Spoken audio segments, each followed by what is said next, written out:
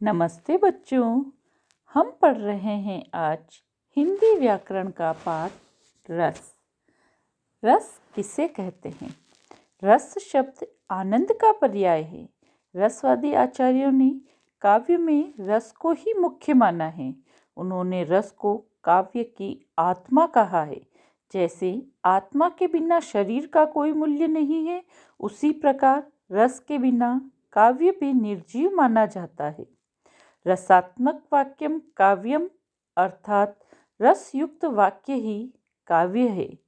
साहित्य शास्त्र में रस का अर्थ अलौकिक या लोकोत्तर आनंद होता है। रस की परिभाषा: किसी काव्य या साहित्य को पढ़ने, सुनने या देखने से पाठक, श्रोता या दर्शक को जिस आनंद की अनुभूति होती है, उसे रस कहते हैं। भरत मुनि ने कहा है, विभावानुभाव व्यभिचारी संयोगाद्रस निष्पत्ति, अर्थात जब स्थायी भाव का संयोग विभाव, अनुभाव तथा व्यभिचारी भावों से होता है, तब रस की निष्पत्ति होती है। रस के अंग: रस के 4 अंग होते हैं। पहला स्थायी भाव, दूसरा विभाव, तीसरा अनुभाव, चौथा संचारी भाव। स्थायी भाव: जो मुख्य भाव किसी अन्य भाव से दबाया न जा सके और हृदय में चिरकाल तक रहकर उसे तन्मय कर दे और पुष्ट होकर रस रूप में परिणित हो जाए, वह स्थायी भाव कहलाता है। स्थायी भाव मुख्य रूप से 9 है, लेकिन कुछ विद्वानों ने इनकी संख्या 11 भी मानी है। स्थायी भाव और उनसे उत्पन्न होने वाले रसों इस प्रकार है: रति श्रृंगार रस, निर्वेद शांत रस, शोक करुण रस, हास्य रस, उत्साह वीर रस, क्रोध रौद्र रस, भय भयानक रस, विस्मय अद्भुत रस, जुगुप्सा या घृणा विभत्स रस, वत्सल वात्सल्य रस, ईश्वर विषयक रति भक्ति रस। इस प्रकार इन 11 स्थायी भावों से उत्पन्न होने वाले ये 11 रस हैं। रस का दूसरा अंग पढ़ेंगे हम, विभाव। स्थायी भाव को जगाने वाले व्यक्ति, वस्तु, परिस्थिति आदि विभाव कहलाते हैं। विभाव के 2 अंग हैं, आलंबन विभाव, उद्दीपन विभाव। रस का तीसरा अंग है अनुभाव। स्थायी भाव का अनुभव ज्ञान कराने वाली आश्रय की चेष्टाओं अथवा क्रियाओं को अनुभाव कहते हैं। रस का चौथा अंग है संचारी, या हम उसे व्यभिचारी भाव भी कहते हैं। रस का अनुभव होते समय आश्रय के मन में जो भाव बार बार उत्पन्न होते हैं और मिटते रहते हैं, वे संचारी या व्यभिचारी भाव कहलाते हैं। संचारी भाव संख्या में 33 हैं। अब हम पढ़ेंगे रस का पहला भेद, श्रृंगार रस। जहाँ काव्य में रति नामक स्थायी भाव, विभाव, अनुभाव और संचारी भावों से पुष्ट होकर रस में परिणित हो जाता है, वहाँ श्रृंगार रस होता है। श्रृंगार रस को रसराज कहा जाता है। श्रृंगार रस के 2 भेद हैं, संयोग श्रृंगार, वियोग श्रृंगार। पहला है संयोग श्रृंगार रस। जहाँ नायक नायिका के परस्पर मिलन, प्रेमपूर्ण क्रियाकलाप एवं सुखद अनुभूतियों का वर्णन होता है, वहाँ संयोग श्रृंगार रस होता है। जैसे कहत नटत रीजत खीजत, मिलत खिलत लजियात, भरे भवन में करत है, नैनन ही सो बात। यहाँ नायक और नायिका एक भरे हुए भवन में बैठे हैं, परंतु वह आँखों के इशारों से ही आपस में बात कर रहे हैं। दूसरा वियोग श्रृंगार रस। जहाँ प्रेम में अनुरक्त नायक नायिका के बिछुड़ने का या उनके न मिल पाने का वर्णन होता है, वहाँ वियोग श्रृंगार रस होता है। उदाहरण: हे खगमृग हे मधुकर श्रेणी, तुम देखी सीता मृग नयनी। यहाँ राम और सीता के वियोग का वर्णन किया गया है, अतः यहाँ वियोग श्रृंगार रस है। दूसरा रस है हास्य रस, जहाँ किसी व्यक्ति की विकृत, अटपटी वाणी, वेशभूषा, चेष्टा आदि का वर्णन हो, जिसे सुनकर या देखकर हंसी उत्पन्न होती है, वहाँ हास्य रस होता है। उदाहरण: जब धूमधाम से आती है बारात किसी की सज धज कर, मन करता है धक्का दे दूल्हे को, जा बैठूं घोड़े पर, सपने में ही मुझको अपनी शादी होती दिखती है, वरमाला ले दुल्हन बढ़ती, बस नींद तभी खुल जाती है। यहाँ हास्य रस है।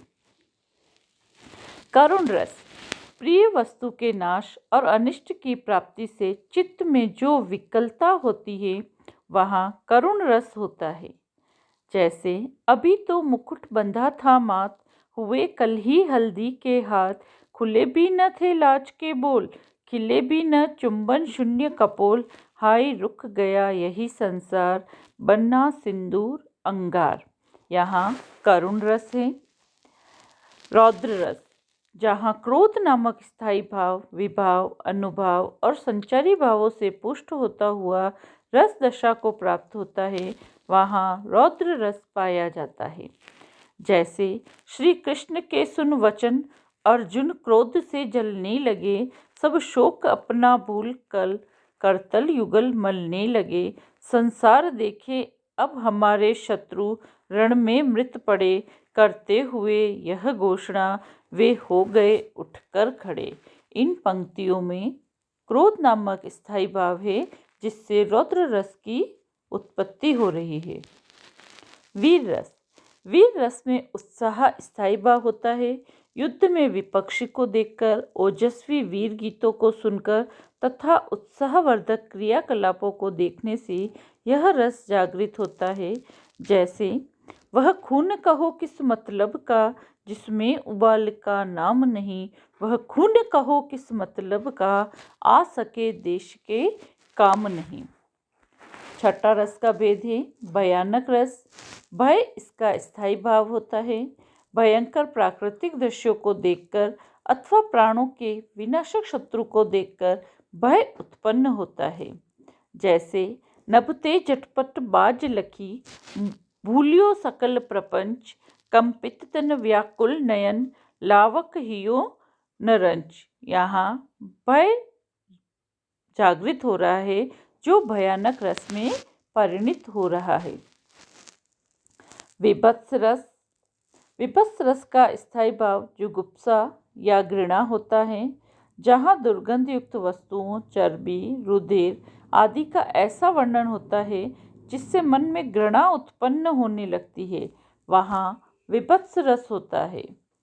कहूँ धूम उठत बरती कहूँ चिता, कहूँ होत रोर कहूँ अर्थी धरी अहे, कहूँ हाड़ परो कहूँ जरो अध जरो मांस, कहूँ गिद्ध काग मांस नोचत पीर अहे। अगला रस का भेद है अद्भुत रस, जहाँ अलौकिक व आश्चर्यजनक वस्तुओं या घटनाओं को देखकर जो विस्मय का भाव हृदय में उत्पन्न होता है, वहाँ अद्भुत रस पाया जाता है। जैसे: बिनु पद चले सुने बिनु काना, कर बिनु कर्म करे विधि नाना, आनन रहित सकल रस भोगी, बिनु वाणी वक्ता बड़ जोगी। या फिर हम कह सकते हैं, देख यशोदा शिशु के मुख में सकल विश्व की माया, क्षण भर को वह बनी अचेतन, हिल न सकी कोमल काया। यहाँ यशोदा मैया शिशु के मुख में संपूर्ण विश्व की माया देखकर आश्चर्यचकित हो जाती है, अतः वहाँ अद्भुत रस की उत्पत्ति होती है। शांत रस: शांत रस का विषय वैराग्य एवं स्थायी भाव निर्भेद है।